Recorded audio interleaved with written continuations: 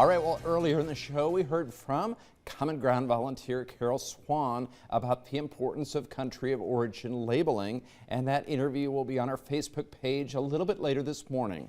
And now Carol is back with a recipe to share, and Taryn is standing by with more. Well, if you're like me, breakfast can be tough. You're trying to get the kids out the door, you're trying to get to work, you're trying to look presentable. Yes, yes. And you need something to eat. I just like something fast, and this might work well. Yes, yes. Okay. You stir it up. It's an oatmeal recipe. You stir it up the night before. Just let it set overnight, and it'll soak up. So what do you call it, Carol? Oh, overnight oatmeal? Overnight oatmeal, yeah. And it's kind of a base, and then you can put any kind of add-ins you want. I brought a few extra add-ins, but you can put any kind of add-ins you want. So I start with a cup of oatmeal. Okay, you want me to stir? Sure, you start stirring. Cup of your choice of milk, skim or 2% or even whole milk if you'd like. Half and half if you really want, you know, really want something good. A cup of yogurt. I used some just plain Greek non-fat yogurt, or low-fat, not non-fat. This is low-fat. You gotta have a little bit of fat. Gotta have a little taste, yeah. Gotta have a little fat. Okay. Cinnamon, I use just a half teaspoon, but you can use kind of whatever you want. And then some applesauce. And you just stir it all together, and as it sets, it'll thicken up. And overnight, or a couple hours, and a little bit of vanilla. I just have a little bit more vanilla. It can also be good. Okay.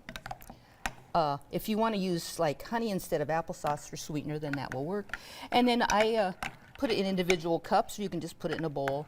And this makes, it's said like 2 servings, but it makes pretty hefty servings. Yeah. But, so I got 4 out of it. Oh, okay. Or 5, 4 or 5. Good for breakfast. You can put any kind of add-ins, walnuts, peanut butter even, and honey. Of course, all the fruits available.